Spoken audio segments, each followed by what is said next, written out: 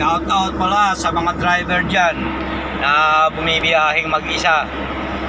Ang payo ko lang, lalo na ngayong tanghaling tapat, ito ang mga medyo nakakaantok na biyahe. Bound to Manila from Ilocos. Yan, ako lang mag-isa, wala akong kasama. Para sa mga driver dyan, pag inaantok kayo, kumain kayo ng kalamansi. Pero ang mapapayo ko sa inyo, ang pinakamagandang ngatain o kainin pag kayo lang mag-isa na bumibiyahe, ito po ang siling demonyo.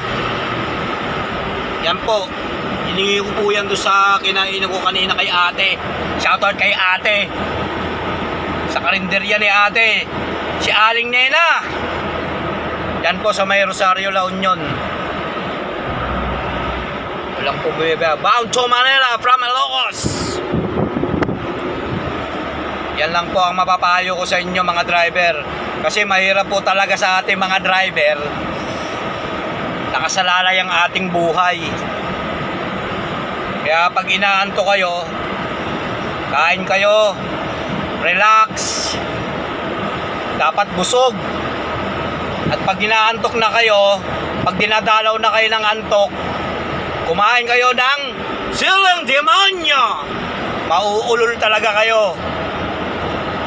Pag yan ang kinain nyo, mapakaangang. Galing pa, ang nagdala yan dito ay panahon pa yan ng Kastila, 1534, when Magellan came here in the Philippines.